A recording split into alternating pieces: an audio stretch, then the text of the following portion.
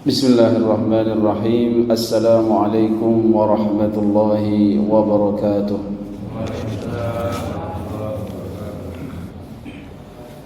Innal hamdalillah nahmaduhu wa nasta'inuhu wa nastaghfiruh wa na'udzu billahi min shururi anfusina wa min sayyiati a'malina. May yahdihillahu fala mudilla lahu wa may yudlilhu fala hadiya lahu. أشهد أن لا إله إلا الله وأشهد أن محمدا عبده ورسوله لا نبي بعده. اللهم صل وسلم وبارك وكرم على حبيبنا وشفيعنا وقرة أعيننا محمد وعلى آله وصحبه وسلم تسليما كثيرا. أما بعد، نود التعلم والتعليم والإفادة والاستفادة والنفع والانتفاع lillahi ta'ala. Rabbi shrah li sadri wa yassir li amri wahlul 'uqdatam min lisani yafqahu qawli. Allahumma inna nas'aluka al-huda wat-tuqa wal-'afaf wal-ghina. Allahumma ballighna Ramadan. Alhamdulillah. Ikhwatul iman jamaah sekalian, mari kita senantiasa bersyukur kepada Allah Subhanahu wa taala atas segala nikmat yang telah Allah berikan terhadap kita, terkhusus nikmat iman, nikmat Islam, nikmat kesehatan, dan juga nikmat umur panjang, sehingga pada pagi hari ini diberikan oleh Allah kemudahan untuk bertemu dengan Ramadan, kemudian juga diberi kemudahan untuk bisa melaksanakan ibadah salat subuh berjamaah. Jangan lupa niat kita di sini tidak hanya untuk mencari ilmu, tetapi juga niatkan nawaitul i'tikaf fi hadzal masjid limuddati iqamati fihi lillahi ta'ala. Niat kita beriktikaf di masjid yang mulia ini karena Allah Ta'ala. Ikhwatul iman jamaah sekalian, syukur yang kita panjatkan selama ini harus kita buktikan dengan perbuatan.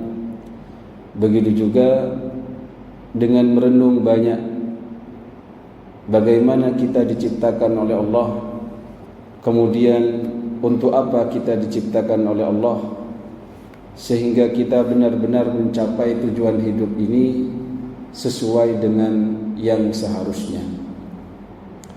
Allah Subhanahu wa ta'ala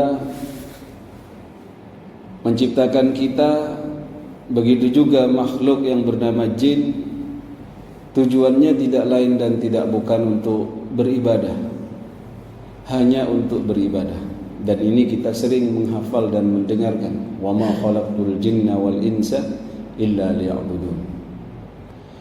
Dan kita diciptakan oleh Allah dalam bentuk terbaik. Laqad khalaqnal insana fi ahsani taqwim, yaitu benar-benar kami ciptakan manusia itu dalam bentuk yang terbaik. Dan kita dipercaya oleh Allah sebagai pemimpin qadatul alam, sebagai pemimpin sayyid dari semua alam di muka bumi ini, di bawah laut atau di atas laut atau di atas bumi, bahkan yang di bawah bumi pun kita kuasai. Semua nikmat yang ada di muka bumi ini semua maksimal dinikmati oleh manusia. Maka wajar jikalau nantinya setelah kita meninggal, setelah kita berada di perut bumi dan kita beranjak kepada alam akhirat, kita dimintai pertanggungjawaban dari semua kenikmatan yang telah Allah berikan kepada kita. Ikhwatul iman, maka dari apa yang kita ketahui ini menjadi jelas bahwasannya Allah Subhanahu wa ta'ala mewajibkan ibadah puasa bagi kita ini bukan untuk mengkebiri kenikmatan nafsu syahwat kita, bukan untuk menghalang-halangi kita menikmati semua yang Allah ciptakan, karena semua itu diciptakan untuk kita. Bahkan surga sekalipun diciptakan untuk kita. Hanya saja Allah Maha Adil, memiliki ketentuan qada dan qadarnya. Surga diciptakan dan disiapkan hanya untuk orang-orang yang bertakwa. Maka kita diusahakan oleh Allah bagaimana hamba-hambaku ini dengan semua ujian dan cobaan yang diberikan oleh Allah dalam diri kita menjadi orang-orang yang bertakwa dengan berbagai perintah-perintah ibadah, dengan adanya tuntunan-tuntunan yaitu berupa Al-Quranul Karim, dan juga contoh dalam kehidupan yang sangat-sangat harus kita jadikan tuntunan dari bangun tidur sampai tidur lagi, yaitu pribadi sosok Rasulullah Muhammad sallallahu alaihi wasallam. Maka tatkala kita mendengar seruan ya ayyuhalladzina amanu kutiba alaikumus syiyamu kama kutiba alal ladzina min qablikum la'allakum tattaqun, wahai orang-orang beriman, diwajibkan terhadap kalian berpuasa di bulan Ramadan ini sebagaimana diwajibkan kepada orang-orang sebelum kalian. Tujuannya adalah la'allakum tattaqun, agar kalian bertakwa. Yang menjadi pertanyaan adalah bagaimana bertakwa dengan puasa, sedangkan Nabi sallallahu alaihi wasallam mengisyaratkan bahwasannya takwa itu ada di dalam dada kita, ada di dalam hati kita.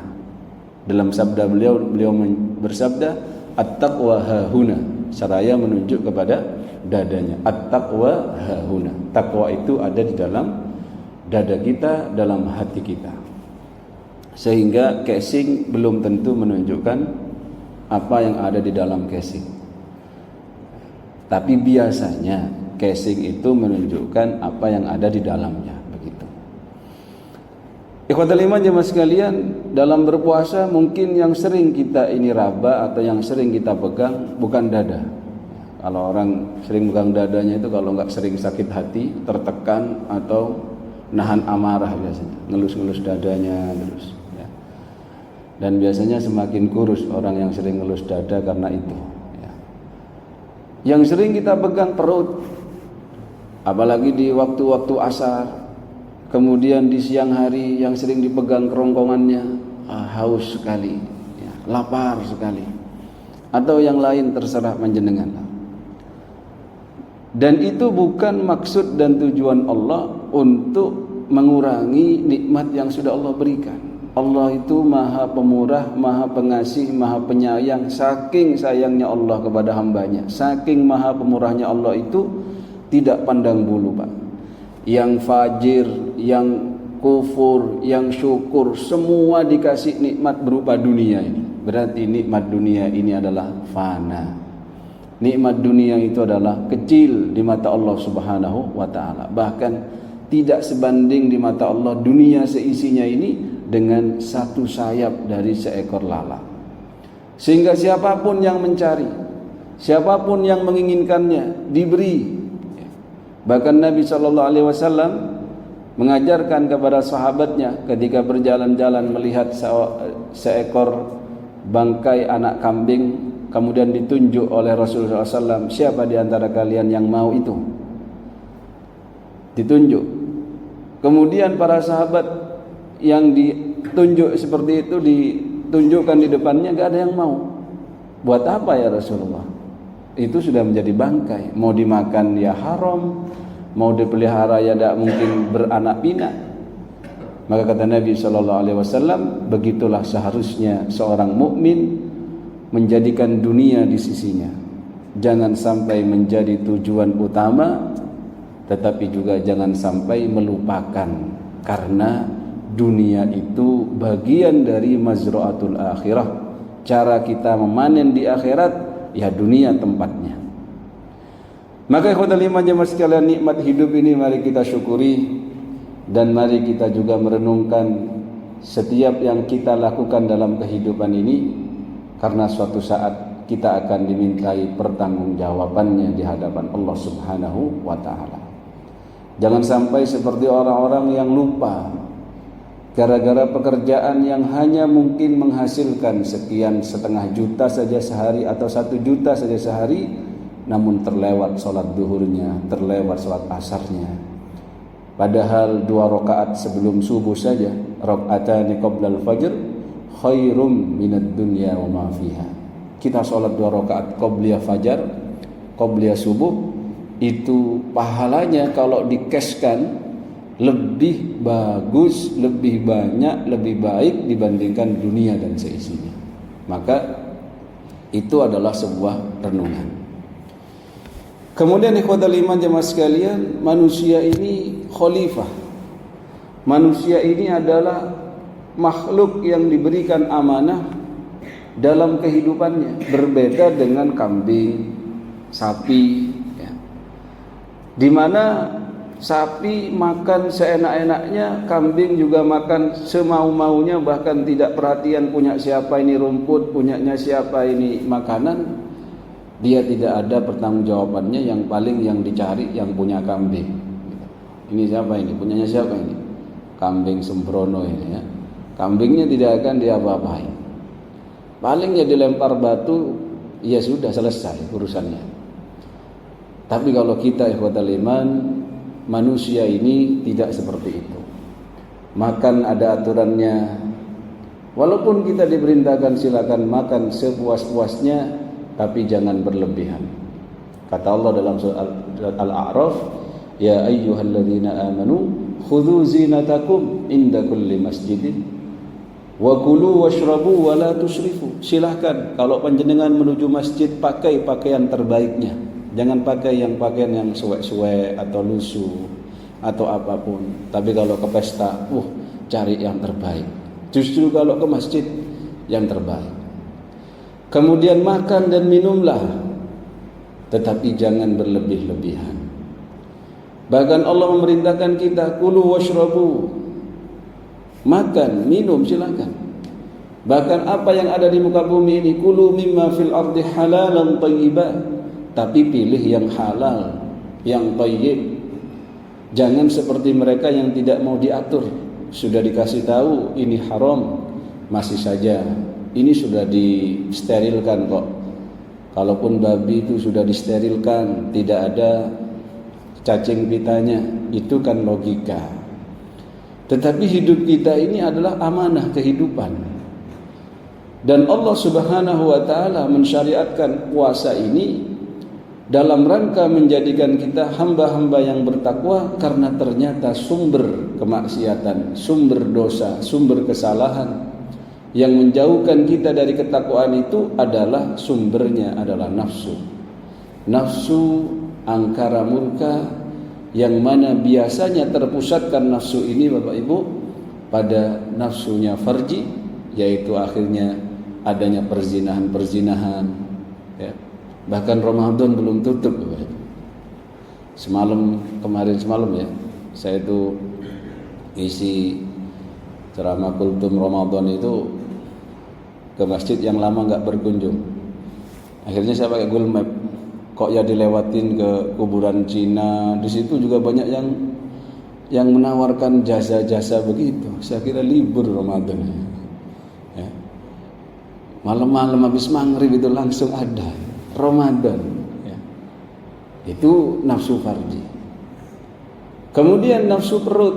Nafsu perut ini Bapak Ibu, yang membuat orang terkadang takut mati kelaparan, yang merasa kurang banyak, kurang nikmat, ingin makan yang wah kalau bisa sekali makan sekian-sekian. Padahal sekaya apapun orang itu yang makan palingnya 3 piring sudah berhenti. Karena makanan di dunia ini semakin lama, semakin dimakan, semakin gak enak. Coba saja Bapak jenengan semuanya, apapun makanan kesukaannya silakan makan, sampai mentok, sampai ke leher pasti muntah. Beda dengan makanan yang Allah siapkan di surga, di mana misalkan pisang sekali makan enak, dimakan lagi tambah enak, tambah enak, tambah enak ya. Sehingga dalam hadis qudsinya Allah berfirman, a'tadtu li ibadiyas shalihin ma la 'ainun ra'at wa la udhunun sami'at wa ma khatara bi qalbi bashar. Saya telah siapkan untuk hamba-hambaku yang soleh di surga nanti kenikmatan yang tidak pernah dilihat oleh hamba-hambaku di dunia, yang tidak pernah terdengar keberadaannya oleh hamba-hambaku di dunia, dan tidak pernah terbesit sedikit pun dalam hatinya, dalam fikirannya akan adanya kenikmatan itu di dunia. Bayangkan saja kalau kita baca Al-Quran, Surga itu punya sungai yang mengalir di bawah kita itu, dan itu banyak. Dan sungainya ada yang airnya terbuat dari madu, ada yang airnya terbuat dari susu, ada yang terbuat dari khamr. Kita nggak bisa bayangkan sungai berantas diganti susu saja nggak ada. Apalagi sungai Kalimas gitu ya, nggak kebayang. Pasti bangkrut pabriknya. Ikhwatul iman jamaah sekalian, maka mari kita fahami bagaimana Ramadan ini kita ini mentazkiyah nafsu kita, menata hati kita agar ketakwaan itu semakin dekat, dan semakin tahun ke tahun kita semakin dekat dengan kedudukan yang tertinggi di sisi Allah, di mana senantiasa kita diingatkan oleh khatib setiap Jumat, inna akramakum indallahi atqakum. Sesungguhnya yang paling mulia di antara kalian wahai hamba Allah, yang paling bertakwa kepada Allah Subhanahu wa taala. Ikhwatul iman jemaah sekalian, untuk mencapai ketakwaan itu terlebih dulu kita harus memahami tujuan hidup kita, dari mana kita berasal dan kemana kita akan kembali. Karena orang yang tidak paham dasar kehidupan ini akan hancur hidupnya karena dia tidak tahu tujuan hidupnya, apalagi tidak memiliki tuntunan hidup. Kita bersyukur semua tuntunan hidup kita tidak membuat kita terkebiri nafsu kita, tidak membuat kita ini terkekang dalam artian kekang sesempit-sempitnya. Kita tahu Pak, di ajaran lain ada larangan bagi tokoh agama tertentu untuk menikah, kan begitu. Kemudian juga pastinya dilarang untuk berzina. Lah ini kan pengkembirian kepada nafsu. Kalau kita di Islam, alhamdulillah, memang dilarang untuk berzina, bahkan mendekati zina pun dilarang. Wala taqrabuz zina, jangan kau dekati zina. Tapi di sisi lain, wa ankihul ayama, nikahkan yang sudah siap menikah itu, nikahkan. Bahkan seorang anak menjadi bakti terbaik kepada bapaknya kalau bapaknya ditinggal oleh ibunya meninggal dunia. Carikan, Pak, panjenengan masih pingin lagi atau tidak? Nah, kalau ada bapak nanti bilang ke anaknya, nak, kamu mau birrul walidain terbaik? Iya Pak, apa? Telekno aku bojo. Nah, itu ada Pak dalam fikih itu ta'fiful ab, namanya ta'fiful ab. Saking apanya itu Pak? Saking Allah itu memberikan jalan, dan ajaran kita ini adalah keseimbangan, di mana manusia itu butuh makan, ya butuh menyalurkan hawa nafsunya, nafsu seksualnya. Tetapi bagaimana dalam koridor ketakwaan itu tetap menjadi ladang ibadah, di mana pada saat ada beberapa orang pendeta, 3 orang pendeta menghadap kepada Nabi, lalu dia mengatakan, aku mendekatkan diriku kepada Allah, dan aku senantiasa qiyamul lail, tidak pernah tidur semalam-semalaman. Yang satunya, kalau aku mendekatkan diriku kepada Allah, puasa terus, ya, sepanjang hari, sepanjang tahun puasa.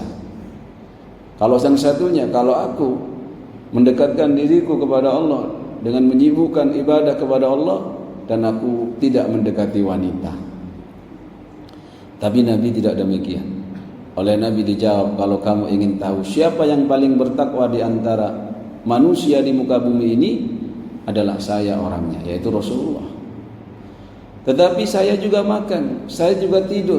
Sehingga dalam Islam itu tidur kita dianjurkan di awal waktu, kemudian dianjurkan kita bangun di sepertiga akhir malam. Jangan hanya ikut di awal saja, kok sudah tidur di jam 9. Ikut Rasulullah Mas, pas subuh baru bangun, apalagi jam 6. Ya, awal waktunya ikut Rasul, belakangnya juga harus ikut Rasul.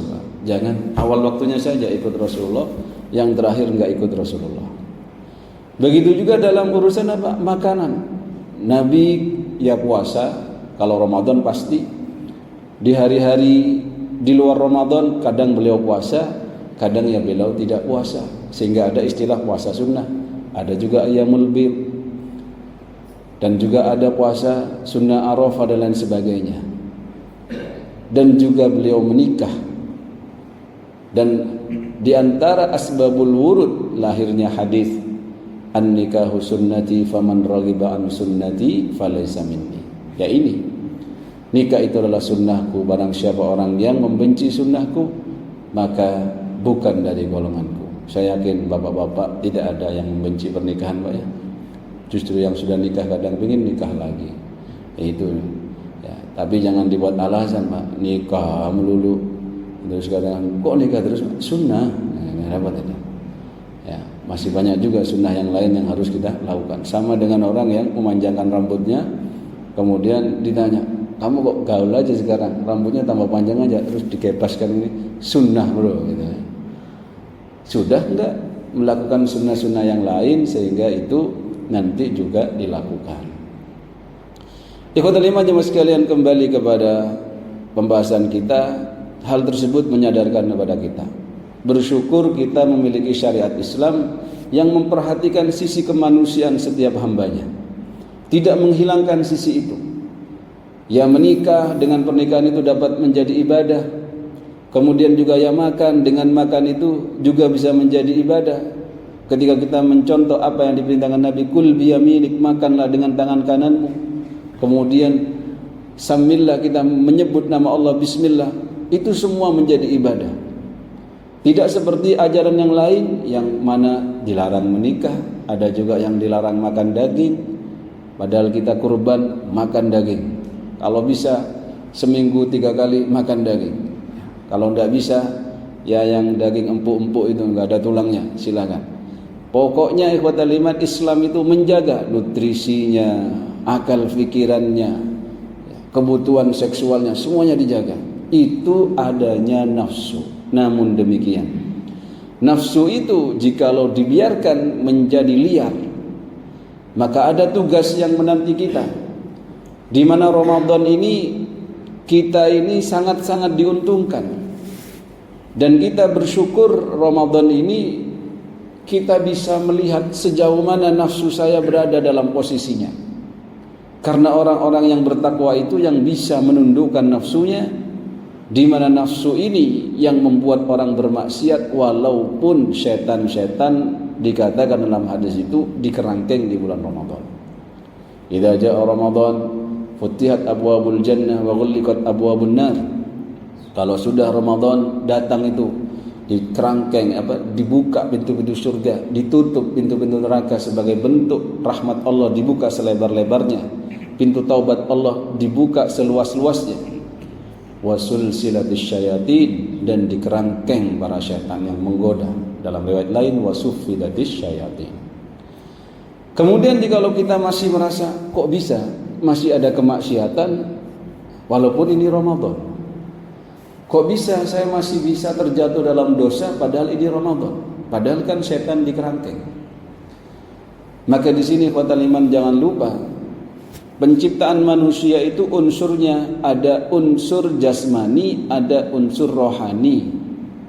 Dan kita perhatikan unsur jasmani, pembuatan di awal kali di generasi pertama adalah terbuat dari tanah.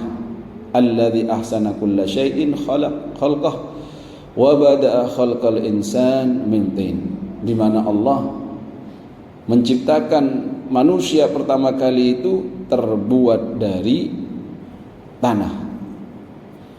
Kemudian generasi kedua Ummuna Hawa, dibuat dari tulang rusuk Nabi Adam. Ya ayuhan nasu taqu rabbakum alladzi khalaqakum min nafsin wahidah wa khalaqa minha zawjaha wa batha minhuma rijalan katsiran wa nisaa. Baru kita ini Pak, generasi terakhir, khuliqa min ma'in dafiq yakhruju min bainis sulbi wat tara'ib. Yang mana kita ini tercipta dari air sperma yang memancar, tersendat-sendat. Dan itu disebutkan dalam surat At-Tariq, ya. Ikhwatul iman jemaah sekalian, kita harus juga mengenal diri kita, di mana Allah memberikan kita hati, diberikan juga akal, di mana kalau kita jaga hati itu, kita jaga akal itu dengan memberikan jasad, dengan memberikan nutrisi jasad yang baik, insya Allah fitrahnya masih terjaga. Jadi fitrah Pak, orang punya belas kasih itu fitrah, melihat orang kasihan itu fitrah. Yang repot itu kalau fitrahnya sudah hilang.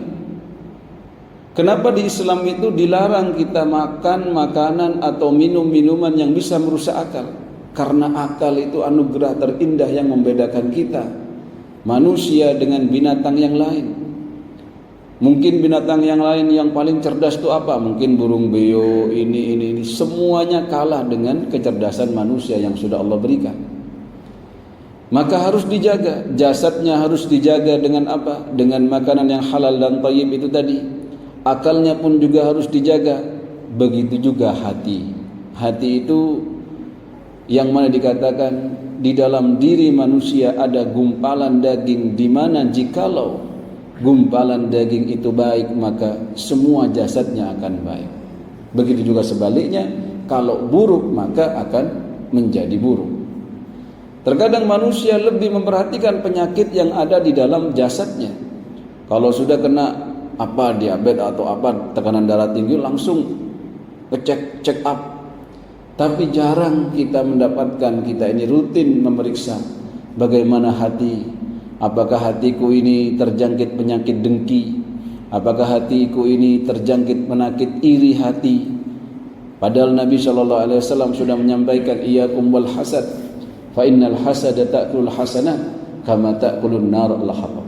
Hindari hasad, hindari dengki, karena dengki yang ada dalam hati ini akan menyebabkan kita ini menjadi orang-orang yang termakan kebaikan-kebaikannya, amal-amal ibadahnya, semua pahala-pahala yang dimilikinya itu seperti memakannya api terhadap kayu bakar, cepat.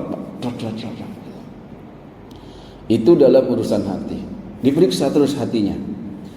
Jadi orang yang hatinya bersih itu Pak, bahagia. Apapun membuat dia hidup bahagia. Bahkan dompetnya tipis bahagia dia. Apalagi tebel. Jadi ikhwatal iman jemaah sekalian, kita dapatkan ciptaan Allah berupa manusia ini ternyata hanyalah terdiri dari ruh, jasad, hati dan akal yang sangat dominan. Tapi tidak disebutkan adanya nafsu dalam unsur penciptaan manusia. Lalu bagaimana kita menyikapi? Ternyata nafsu itu memang Allah titipkan Pak kepada kita. Nafsu ini makhluk yang Allah ciptakan, yang Allah titipkan kepada kita. Kenapa malaikat tidak mau bermaksiat kepada Allah? Tidak pernah bermaksiat. Kalau diperintahkan sujud, akan sujud sampai hari kiamat malaikat itu. Karena dia tidak memiliki nafsu. Sedangkan hewan-hewan yang ada di sekitar kita, kambing, monyet, apa itu semua itu diberikan nafsu itu, tetapi tidak diberikan akal. Sehingga kita nggak pernah melihat kambing kepikiran bikin sayur asem, nggak ada. Sapi bikin apa gitu, urap-urap, nggak ada. Macan mau bikin apa lagi? Mau di apa, dagingnya itu mau dimasak dulu, mau dibakar-bakar dulu, nggak ada kepikiran. Yang penting dia ada makan. Jadi manusia ini diberikan nafsu, diberikan akal. Maka di sini ketika manusia ini diberikan oleh Allah amanah berupa risalah agar menjadi orang-orang yang bertakwa, agar kita ini diketahui siapa yang benar-benar menjadi hamba Allah, maka diberikan ujian berupa nafsu. Dan nafsu itu semakin kuat ketika dia ini ditunggangi oleh kepentingan syaitan. Syaitan itu kan julukan Pak, yaitu komunitas yang senantiasa mengajak kepada kejahatan, kemaksiatan, itu syaitan, baik dari golongan jin atau golongan manusia. Jadi kalau sampean sering dibisiki, ayo mas, korupsi, nah, itu berarti syaitannya ada di sekitar panjenengan. Nah, kalaupun ternyata kita yang sering mempengaruhi, dulu pas sebelum dinikah ini wanita ini solihah, dia nutup auratnya dengan baik, dandanannya pun diatur dengan baik. Setelah dinikahi oleh seorang ini, dandanannya menjadi menor, seperti menornya orang-orang jahiliyah. kemudian juga pakaiannya menjadi tidak tertata dengan baik dalam menutup auratnya. Siapa yang menjadi syaitan ini? Jangan-jangan suaminya sendiri, gitu ya. Atau suaminya ini dulu orangnya soleh, tetapi terpengaruh terus dengan bisikan-bisikan syaitannya. Kalaupun itu bisikan yang dari gaib, berarti dari jin. Jin yang tergabung dalam komunitas syaitan. Ketuanya sinten? Iblis, gitu ya. Karena memang dia yang durhaka, tetapi sedurhaka-durhakanya iblis itu masih dikalahkan oleh durhakanya siapa, Pak? Fir'aun. Namrud, Fir'aun itu ngalahkan iblis. Kenapa demikian? Karena kalau iblis itu masih mengakui khalaqtani min narin wa khalaqtahu min tin. Engkau ciptakan dia ya Allah dari tanah, sedangkan aku engkau ciptakan dari api. Sedurhaka-durhakanya iblis masih mengakui kalau Allah adalah Tuhannya. Tetapi kalau sudah durhaka manusia ini seperti Fir'aun, didakwahi oleh Nabi Musa, justru mengatakan ana rabbukumul a'la, saya adalah Tuhanmu yang paling tinggi. Bahkan dikatakan kepada pembesar kaumnya, saya ingin melihat Tuhannya Musa, sepertinya dia adalah pembohong. Bangunkan saya bangunan yang tinggi agar saya bisa melihat Tuhannya Musa. Itu ikhwatan iman. Manusia itu sudah, kalau bajing itu makan apa? Makan buah-buahan, tapi kalau sudah bajingan itu semua dimakan. Ya, semen, geragal, wesi-wesi habis semua. Ya. Apalagi kalau sudah lama itu julukannya bajingan tengik. Tengik itu saking suwine ini sampai tengik. Ya. Itu luar biasa, Pak. Maka tugas kita di sini adalah wa nafsi wa ma sawwaha fa alhamaha fujuraha wa taqwaha qad aflaha man zakkaha wa qad khaba man dassaha. Nafsu yang dititipkan oleh Allah ini adalah harus kita didik, harus kita tarbiyah, harus kita tazkiyah. Sehingga apa? Kalau awal penciptaan nafsu itu adalah menjadi nafsu yang ammaratun bisu, karena memang sifat dasar nafsu itu memang mengajak senantiasa pemiliknya kepada kemungkaran.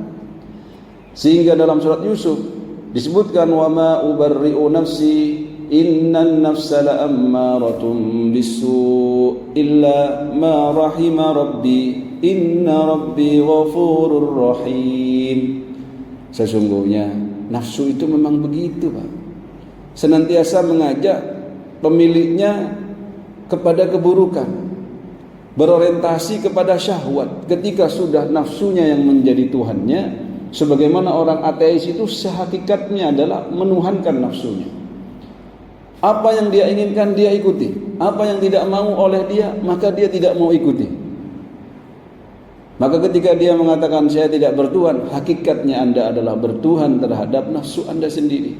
Makanya disindir oleh Allah dalam firman-Nya, afara'aita man ittakhadha ilahahu hawa. Tidakkah kalian melihat ada orang yang menjadikan hawa nafsu itu sebagai tuhannya? Kita alhamdulillah menuhankan Allah Subhanahu wa taala. Tapi apa benar kita ini sudah menjadi Abdullah walaupun namanya Abdullah gitu? Namanya Abdullah, kalau di Madura dipanggil Dullah gitu. Tapi apa benar gitu loh, kita ini menjadi hambanya Allah, taat kepada apa yang Allah perintahkan, menjauhi semua larangan-larangannya, baik yang haram, baik itu yang makruh. Disinilah Pak pertanyaannya. Terkadang orang itu tidak sadar dia sedang menjadi Abdul Hawa, dia sedang menjadi hambanya nafsu. Terkadang dia tidak sadar dia sedang menjadi Abdul Butun, hambanya perut, sehingga pikirannya makan terus, tidak peduli mana yang halal, mana yang haram, mana yang makruh, mana yang ya, begitu ya. Sehingga dulu kita lihat di pesantren itu pernah anak-anak protes, makannya tidak enak, udah nggak enak sedikit gitu ya. Lalu sama kiai diceramai ya, diberi nasihat, kita ini harus beda sama sapi. Kalau sapi itu orientasi hidupnya adalah makan, dia itu hidup untuk makan. Tapi kalau kita makan itu untuk hidup. Sehingga kalaupun kita mengisi lambung kita, kata Nabi seperti apa? Cukup sepertiga untuk makananmu, sepertiga untuk airnya, sepertiga untuk nafasnya, untuk udaranya. Dan puasa ini Pak, kita dididik, disadarkan oleh Allah, kamu itu bukan hambanya nafsu perut, kamu itu bukan hambanya nafsu syahwat, tetapi kamu adalah hamba Allah. Maka setiap hamba Allah yang meninggalkan makanannya, minumannya, syahwatnya, karena kita diharamkan di siang hari seperti ini untuk mensetubuhi istri kita yang notabene adalah halal, lalu kita taat kepada Allah, ya Allah sami'na wa ata'na, maka berhak orang ini mendapatkan pahala dan balasan dari Allah Subhanahu wa ta'ala. Kita berharap nafsu kita akan menjadi nafsu yang tenang, Pak, di mana orang-orang yang sudah mendidik nafsunya dengan tenang ini mudah diajak ke dalam kebaikan. Dan rata-rata memang orang itu nafsunya labil. Nafsu labil itu dikatakan sebagai nafsu lawwamah. La uqsimu bin nafsil lawwamah. Kadang baik, kadang buruk. Itu ya rata-rata memang begitu. Tapi panjenengan bersyukur jikalau panjenengan sudah sukses membawa nafsu itu kepada ketenangan dan kebahagiaan dunia dan akhirat. Yang dimana dikatakan alladzina amanu wa tatma'innu qulubuhum bidzikrillah ala bidzikrillah tatma'innul qulub.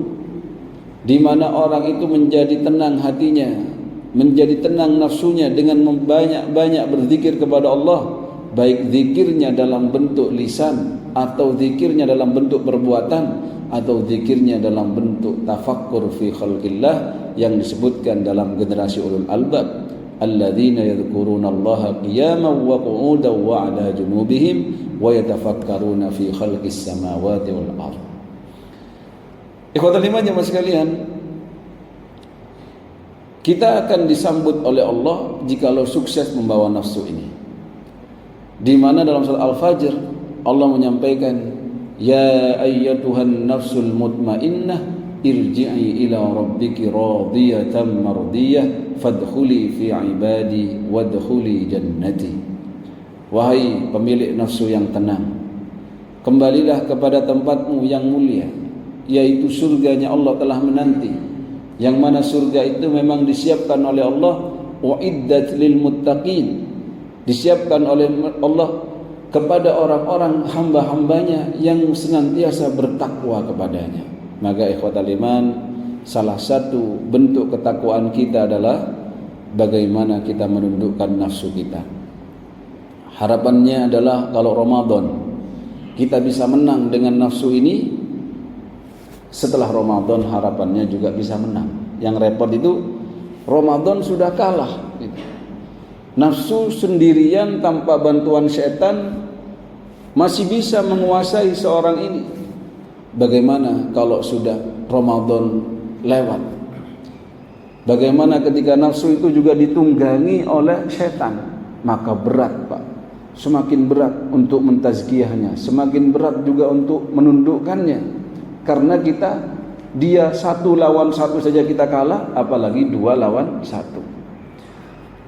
Yang terakhir, bagaimana kita menentukan misi hidup kita dan bagaimana kita membawa nafsu ini menjadi nafsu yang tenang.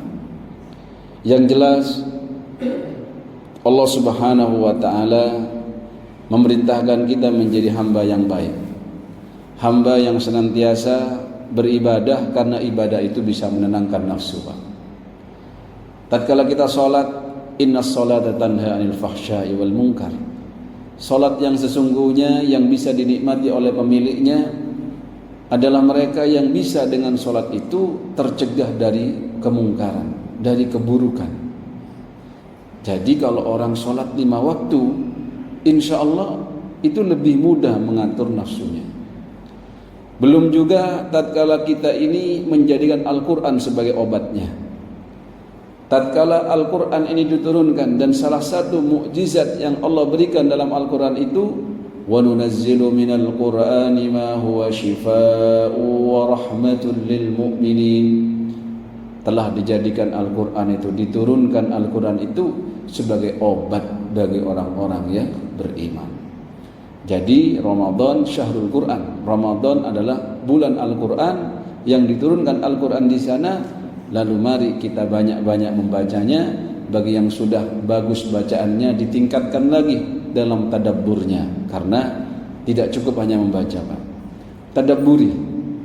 Kalau tadabbur sudah bisa mendapatkan satu petunjuk, secepatnya untuk bisa dilakukan, secepatnya untuk muhasabah, sudahkah saya melakukan ayat ini? Kalau belum, minta kepada Allah kemudahan untuk dimudahkan menjalankan apa yang diperintahkan dan menjauhi apa yang dilarang. Syukur-syukur kalau panjenengan bisa membaca tafsirnya, begitu juga bisa duduk dengan para ustadzid kita dalam membahasnya, sehingga kita benar-benar mendapatkan petunjuk dari Al-Quran. Kemudian yang terakhir, jangan dituruti terus, dalam artian potong atau cegah, karena nafsu itu diumpamakan anak bayi yang menetek terhadap ibunya. Kalaupun diberikan terus, dia sampai muntah pun dia tidak akan berhenti, dia netek terus. Harus kita yang memberikan porsi. Nafsu makan ada porsinya, nafsu syahwat ada porsinya, dan tidak bisa dikebiri, karena nafsu itu hanya bisa disalurkan. Salurannya harus halal. Kalau nafsu farji maka suruh menikah, kalau nafsu perut ya diberi makan, namun bisa dilemahkan dengan puasa. Puasa ini, Pak, yang melemahkan pengaruh nafsu terhadap hamba-hamba Allah Subhanahu wa ta'ala. Saya kira itu yang bisa saya sampaikan. Semoga kita bisa menata hati kita, semakin bertakwa, semakin baik amal ibadahnya, karena saat ini kita sedang berada pada lingkungan yang baik, suasana yang baik, suasana hati yang baik. Maka mari kita jadikan momentum terbaik ini menjadi jalan kita menuju kebaikan. Amin, Allahumma amin. Monggo, sudah masuk waktu isyraq. Jika mau ada yang bertanya, monggo silahkan. Kalau tidak ada, akan saya tutup. Monggo. Alhamdulillah. Sambung nggih. Alhamdulillah, semoga menjadi ilmu yang manfaat khususnya bagi yang menyampaikan, dan kita mendapatkan kemudahan dari Allah agar bisa membawa nafsu ini menjadi nafsu yang tenang. Kelak kita akan disambut oleh Allah Subhanahu wa ta'ala tatkala kita sukses membawa nafsu kita menjadi nafsu yang tenang. Memang butuh perjuangan, tapi setiap yang kita lakukan, setiap yang kita ijtihadkan atau kita sungguh-sungguh dalam mengusahakan, insyaallah Allah akan berikan. Dan dia berjanji, alladzina jahadu fina walladzina jahadu fina lanahdiyannahum subulana. Subhanakallahumma wa bihamdika asyhadu an la ilaha illa anta nastaghfiruka wa natubu ilaik. Mohon maaf atas segala kurangan. Terima kasih atas perhatiannya. Assalamualaikum warahmatullahi wabarakatuh.